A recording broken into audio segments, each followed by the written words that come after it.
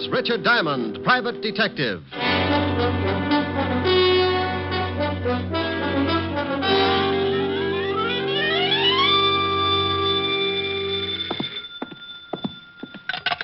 Diamond Detective Agency, a corpse to fit every pocketbook. Rick? Oh, hello, Helen, baby. Let me sit down. Oh. Rick, what's the matter? You sounded like your arches just broke. You got the right idea, baby.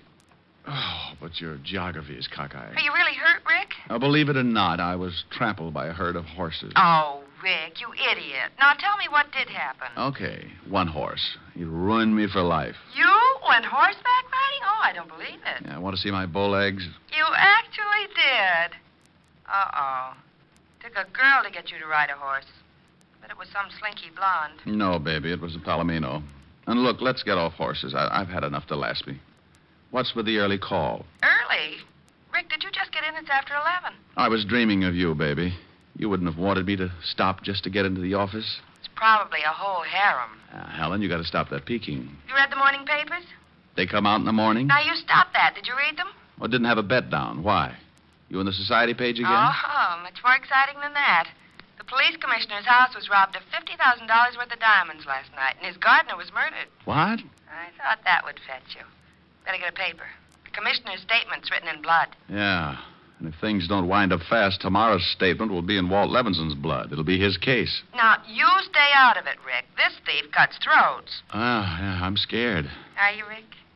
Well, come over tonight, and I'll frighten you at close range. Say 8. I'll practice my knee knocking so I'll be in good form. And stay in. No nightclubs. At the sound of the castanets, Francis can open the door. It'll be me and my knees. See you tonight, baby. Bye. Is this the Diamond Detective Agency? Just like it says on the door. Come in and close it gently. My Japanese beetle's still asleep. Asleep? He's got a better union.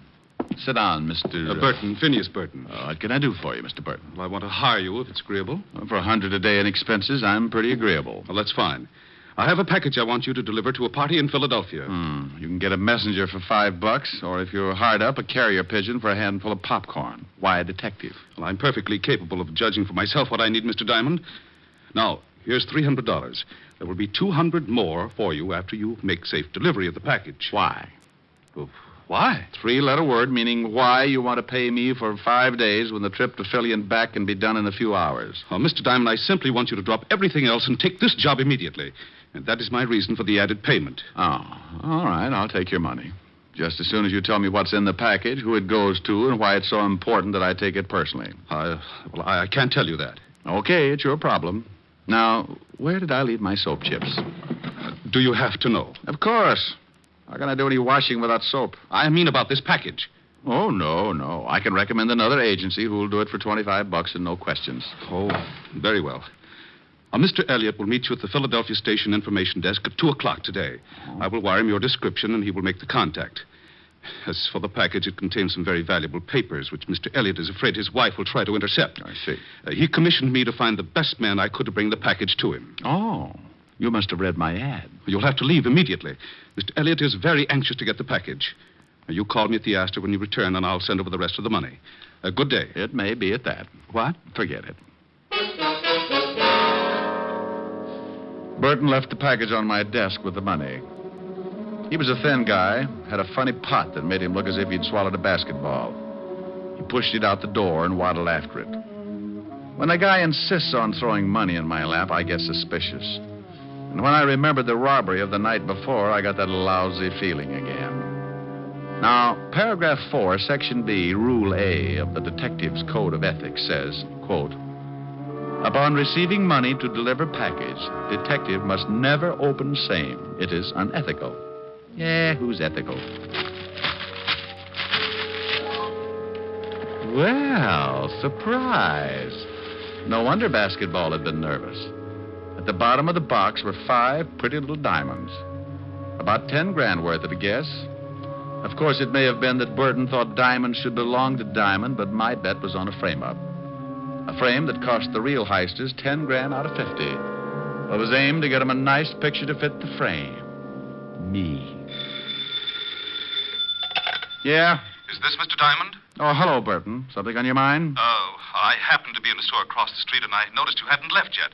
You will leave right away, won't you? Just as soon as I arrange things, Phineas. Remember, it takes an hour and a half to get to Philadelphia. I don't want you to be late. I'll bet you don't. It was just to make sure. You understand. Oh, yes. I understand. You can dribble your basketball home now. I beg your pardon. Skip it. Bye. Burton's call ended nearly all doubts. I was being framed all right, and the trap required my leaving for Penn Station right away. I dropped the diamonds into what was left of a quart of milk I had for lunch the day before, put the bottle on the floor by the wastebasket. Then I took the package, rewrapped it, and went out to hail a cab. I made one stop at a toy shop, then headed for Penn Station. As I entered, I saw a pair of familiar figures. Rick. Okay, what's the gag? I got the tip, but even you wouldn't joke about this case. Now, Walt, I might joke about mass murder, but never about the commissioner being robbed. Is he making speeches yet? Yeah, that's okay, Shamus. This is one time when you're one diamond too many. Why, Otis, you're becoming a wit. Why not? You're halfway there. Oh, Lieutenant, he's picking on me again. You deserve it, Otis. Now shut up. Rick, I know the tip was phony, but the commissioner was there when it came in. I had to act on it. Tip? Well, don't be smug. I've got one, too. A fifth at Hialeah. Now, don't start that. It was a tip that you were taking the commissioner's diamonds out of town. Oh, now, Walt. And don't now Walt me. I said I knew the tip was phony, but with the commissioner taking scouts all down the line, I didn't want to... No. Don't apologize, Walt. I know. Come on, Sergeant. Show me a good frisk, and I'll recommend you to all my criminal friends. Oh. Yeah, he's clean, Lieutenant. Now, Rick, let's see that package, and then you can go. This?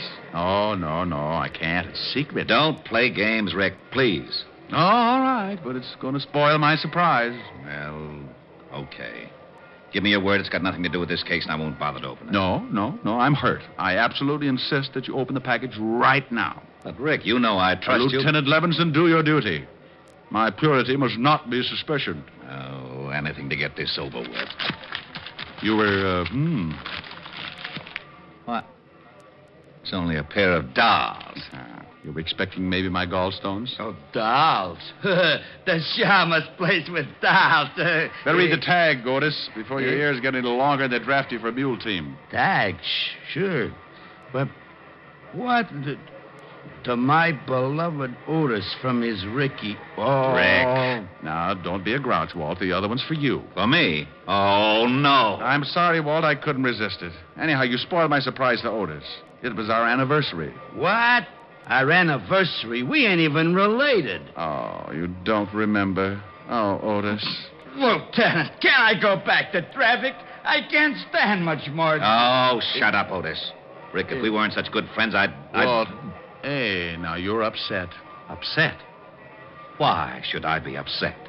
Just because two hoods lift 50 grand in ice from the commissioner? Or because it's dumped in my lap with the murder of the gardener? Or that I'm given 24 hours to break the case and then get a tip that leads me to a friend who decides to play games and wreck my side beyond repair? Now, why should I be upset? Otis, here you are, Lieutenant. But take it easy. That's a second bottle of bicob today. Walt, you rate an apology and I make it. I'll do better than that. I'll help you if you'll let me. Well, I can sure use your help, Rick. I haven't got a single lead.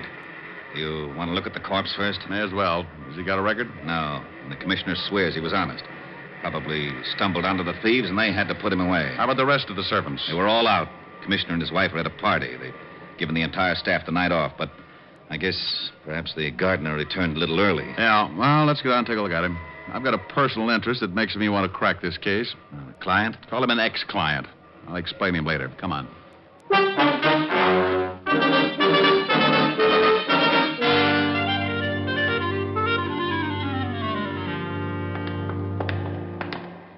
Here he is, Rick. Nasty cut. How was it made? Well, it could have been a sharp knife, but it's a safer bet that it was a razor. Remind me not to go to his barber.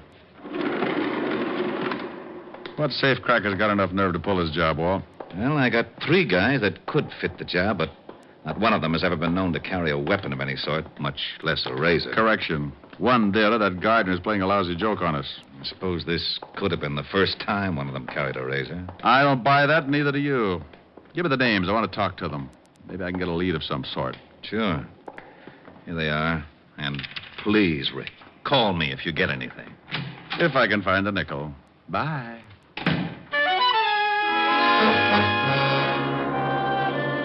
As far as I could see, I had three things to match up. One, the careless barber. Two, the safecracker with nerve enough to rob the police commissioner. And three, the reason why I was picked as the pigeon. I gave up the idea of hunting for Burton, the guy who came into my office. He was probably a flunky and not worth running down. So I checked the names I got from Walt, grabbed a cab, and headed for the Bronx. The first turned out to be an ex-con trying to go straight by working in a Bronx hash house. The second was likely, but he'd kissed his wife with a beer bottle and spent last night in jail. At the third address, down in Greenwich Village, I met a landlady with gin-loaded tonsils and a cute mustache. She tipped me that my third prospect, Vincent Mayer, might be playing pinochle at Pietro's, which turned out to be a cafe with a 30-foot bar, 3 tables, and a back room. Hey, barkeep. Yeah. What'd it be, friend? Milk, no chaser. Milk? Who makes it? Oh, you mean like from cows? Never carried the stuff. Where can I find Vincent Mayer? Why don't you ask me, handsome? Wow. Hello, baby. Now, do I look like a baby? No. My name's Jean. What do they call you? Take your pick. Call me Rick. Hey, you talk funny. But you're awful nice. Too nice to be hunting for Vince Mayer. He's a bad boy, Rick. Yeah. Well, I'm trying to be a hero. Where is he? In the back room. There. The guy with the light hair. But be careful. Thanks, baby. I'll buy you a palace. You can figure me for 80 mil, Joe, 20 clubs, 20 spades, and 40 pinochle. What? No diamonds? Hey. Well, look who's here. What do you want, Shamus? Vince the Iceman, isn't it? Well, now, let's see. Sing Sing, class of 38. Where's your school tie, Vince? The name is Mr. Mayer to you, Diamond, and privates are not welcome here. It's a closed game. Yeah. Move on. Give me a reason. You want to play dead? Oh, come on, Vince. You're not going to get upset just because I think you robbed the commissioner? You did, didn't you? I told my story to the cops. I'll bet. But you didn't answer my question. And here's another. Who's your barber? You're asking for it, Diamond. I was brought up right. Now, let's get off this cat and mouse kick. I want some answers, Vince. Do you? That's right, Junior. I do. All right. Call him, Joe. Hey, what? All right, Joe. Stop it. That's enough, Joe. All right, now drag him out in the alley. Vince, can I, Yeah, okay. Maybe it'll teach him not to get so nosy. But keep that razor in your pocket. I will, honest. This is gonna be real fun. Come on, Shamus. Here's where I do some road work on your liver.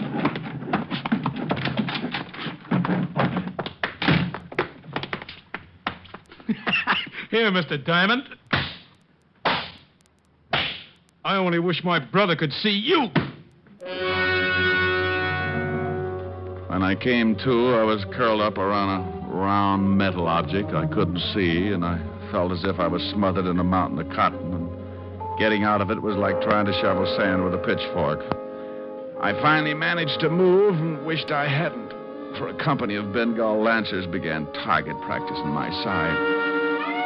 So I quit trying and lay still for a long moment.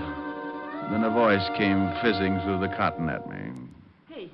Hey, mister, are you alive? Now, if I'm not, you're an angel, and this is a harp. Well, I'm sure no angel. And that's the garbage can. So I guess you're not dead. Matter for debate, Jeannie. Oh, help me up, will you? Sure. Here. Can you stand? Practically anything after this. Ooh. Hey, you're hurt pretty bad. Come on, lean on me. My place isn't far. I'll take you there so you can lie down. Best offer I've had today. Lead on, Angel.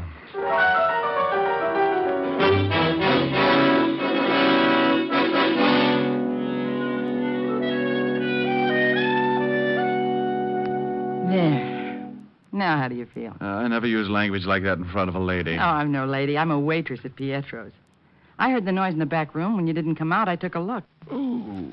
Gee, does your head hurt, baby? Like all my relatives who are inside digging for gold. With luck, I can open my eyes and they won't fall out. You know, we might have had a lot of fun together if you weren't all banged up like this. I'll take that remark up with you later, honey. I'm not usually the kind of guy who runs out on pretty girls, but I only wanted to get my hands on the gonif who tried to kick my brains out. So I took Jean's number, filed it under, for later investigation, and stumbled out into the street. My head was clearing, but it was as slow about it as a dummy doing a striptease. Maybe that's why I didn't notice when I came out of the house that I had two guys for company. Hello, Diamond. Huh? When Pietro told me Jane had run out, I thought I might find you here. She always goes for guys like you. Well, she has taste. I'm glad you came around. I have a few things I want to discuss with you and Joe here. Hold it, Chalmers, or I'll show you how easy it is to get rid of your troubles. No, that's a pretty little gun. Aren't you stepping out of character, Vince? You're supposed to be a smart one. You're getting on my nerves. Yeah? Well, put the gun away and I'll quiet you down a little. You want me to mess him up again, Vince? And what's with you? Come to do your job over again? I may at that. Yeah? Well, you got 32 teeth, Sonny. Want to try for none? Why, you... I got some questions I'd still like to have answered. Why was I picked as pigeon? Why me? You're getting a little too smart, Diamond. Now, listen. I know you got wise to Burton, so it figures that you still got the package. Now, I got no reasons to give you $10,000 worth of diamonds. I want them back. Oh, dandy. I've got big news for you, Buster. You're not going to get them. Don't make any mistakes, Diamond. I'll use this gun if I have to. Go eat a tombstone. Joe. Yeah, how's your stomach ache? Wait a minute, Joe. Now, Diamond, look, you can have a choice. You bring the rocks to me at Pietro's in an hour and we'll forget the whole thing. Or don't. And I'll send Joe with a few friends to call on you. And for the last time. For a few sick minutes, I leaned against the wall, wondering if I wanted to live. One thing I was certain of was that Vince Mayer was never going to get those diamonds back. Or was he? An idea began to percolate in my head to the tune of an old rhyme about a goose and a gander. And I got inspired enough to sit up and forget my aching ribs. When it simmered into a full-scale boil, I grabbed a cab, went back to my office, and got the diamonds out of the milk bottle where I'd hidden them. Then I headed for the village fast. I was soon banging on a door there like a drummer playing Bob. So I owe you money. Hold your horses. Well, if it ain't my cripple. I got the bruises to prove it. Come on in. Are you really recovered? What? Oh, no, not that much, Angel. Then? I need some answers. What do you know about Vince and Joe? Not too much. Enough to dislike him plenty. That Vince got me canned for leaving Pietro's to take care of you. That's why I'm back home. I know he's a smoothie, and I think he's a big-time jewel thief. That much I know. How about Joe, the dog-faced boy? Him, he's just a punk. I think his real name is Fanchi or Franchetti or some such thing. Franchetti? Yeah. I don't know why, but they call him Joe the Barber.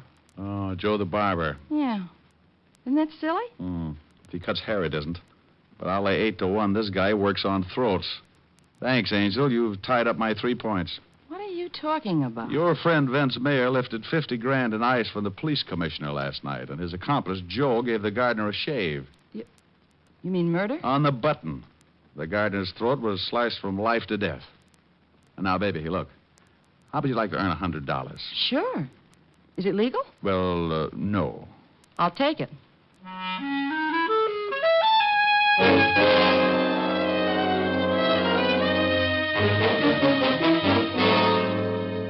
Now, where is he? Will you tell me? Where's Rick? I know where I'd like him to be. I'm worried, Otis. Seriously. Rick is in this thing up to his ears. You mean he was in on that job? Don't be stupid, Otis. Of course not. Rick's no crook. But he's mixed up in this case some way, and I'm worried. He should have called me by now. Gee, hope he hasn't tangled with that razor guy. I thought you hated Rick. Oh, you know I was just talking. I know. What a mess. Rick in danger, and I can't find him. The commissioner's spouting lava all over the city hall. Why the devil did it have to be the commissioner's house? You know, it's kind of funny at that. The commissioner himself. You knucklehead. For 2 cents, I'd... Maybe that's him. Lieutenant Levinson, homicide. Walt, Rick. Rick, where the devil you been? Taking care of some arrangements. Arrangements? Never mind, just listen. I was picked as a pigeon, and some of those diamonds were planted on me this morning. What? I've traced your hoods. They're Vince Mayer and Joe the Barber Franchetti. Now, you come to Pietro's in half an hour, and you'll catch him with part of the diamonds on him. Rick, what is this? Well, Vince had it figured as a double-barrel gag, Walt. First on the cops by raiding the commissioner's house. Second, by dumping a few of the rocks in my lap and tipping the police so I'd take the rap. But why you, Rick? Well, Joe's name, Franchetti. You remember, I sent his brother Tony to Sing Sing a few years back. Oh. I knew he had a brother, but until now, Joe stayed out of Manhattan. I get it. Okay, what's the play? Well, I'm going to take the package back to Vince. Give it to him in Pietro's. The girlfriend will be raising so much fuss no one will notice me. Then as Vince and Joe leave, you nail him with the diamonds. And no alibi for having him. Right. You said half an hour? In front of Pietro's.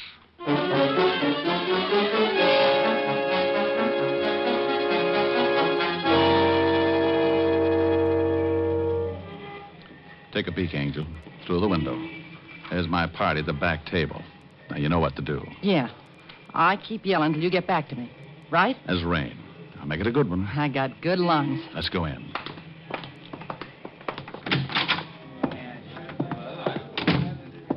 Okay, over to the bar. Luck, Rick. There he is now, Joe. I told you he'd show up. Hello, Diamond. You got something for me? That's right, Vince. Okay, let's have it. I didn't do nothing. Hey, what's going on over there? Stop, stupid dame. Here, do you want the package or not? Oh, yeah, give it to me. Come on, Joe. Let's scram out of here before that dame brings her cops. Yeah.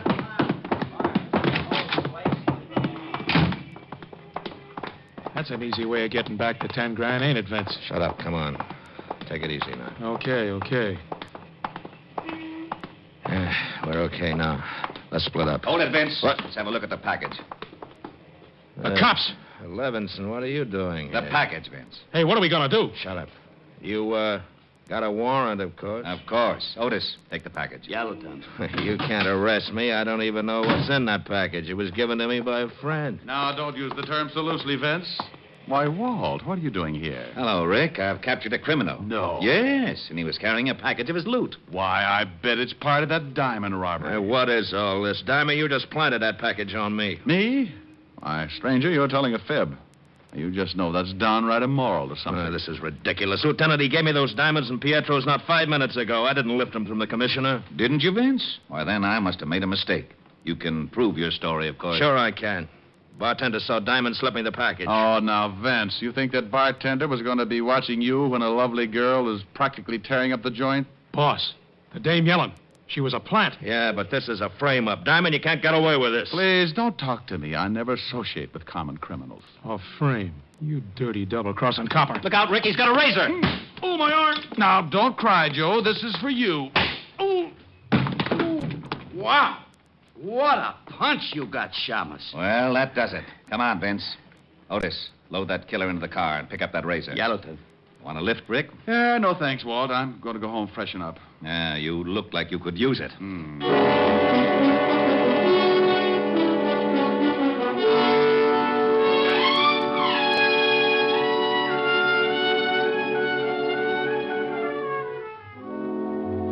I left Walt and headed for my apartment, where I grabbed a stomach full of vitamins and planted myself under the hot shower. It felt so good I fell asleep.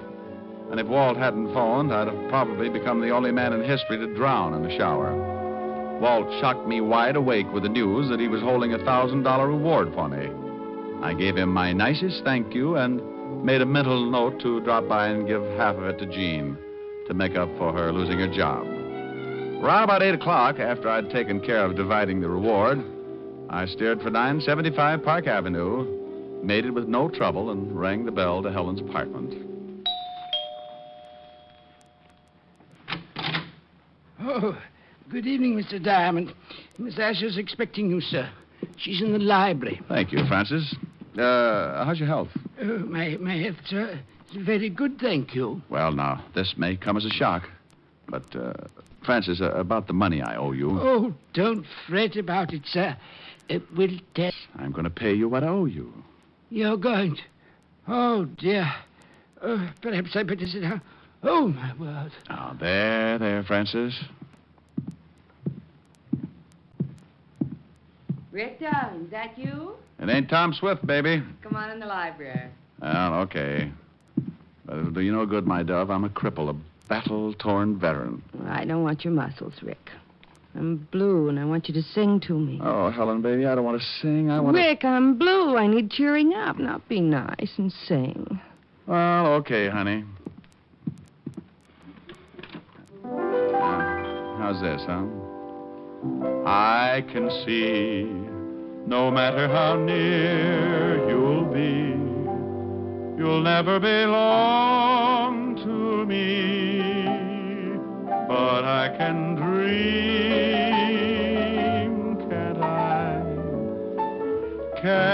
I pretend that I'm locked in the den of your embrace. For dreams are just like wine, and I am drunk with mine. I'm aware my heart is a sad affair. There's much disillusion there, but I can dream, can't I? Can't I adore you? Although we are oceans apart, I can't make you open your heart, but I can dream, can't I? Well, there. Still feeling blue, baby? Oh, Ricky, come here. Here I am. Oh, now I'm contented. You in my arms, my bills paid off, and my bills... Oh, for Pete's sake, I forgot Francis. Francis? Rick, what are you talking about? Come with me, I'll show you. Now, there he is. Francis, you all right? Oh, yes, sir. I think so, sir. Rick, will you tell me what's going on in my own home? Well, honey, I paid Francis off, and the shock of having to give back my gun and badge undid him. Oh, well, are you feeling better, Francis? Not very much, Miss Asher. It's that badge and license. Will you miss him that much, Francis? Well, sir, to be very honest, there's a waitress in a tea shop down the street with whom I've been, if you'll pardon the expression, having a fling. Francis, you? Oh, that's not the worst, Miss Asher. I'm afraid I've been a bit of a fraud with her as well. In fact, with several of the waitresses there. Now, wait. Where does my badge and license enter into it? Did you hock them for crumpets? Oh, much worse, Mr. Diamond. You see, to all the waitresses of Miss Tuppingham's tea shop, I am Richard Diamond, private detective. Oh, no.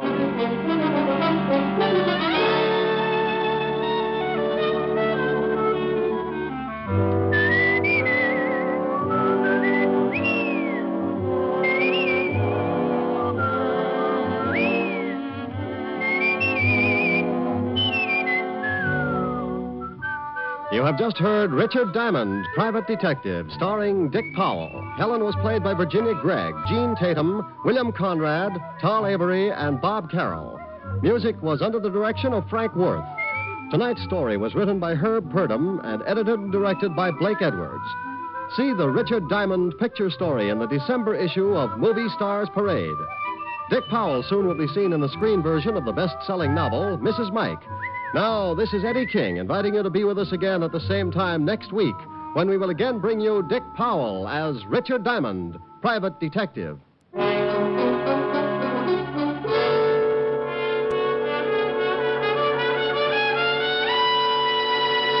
Listen tonight to NBC for a star lineup of entertainment. Every Saturday on NBC, you can hear such stellar programs as Hollywood Star Theater, Ralph Edwards' Truth or Consequences, Your Hit Parade, A Day in the Life of Dennis Day, The Judy Canova Show, Grand Ole Opry, and songs by Morton Downey.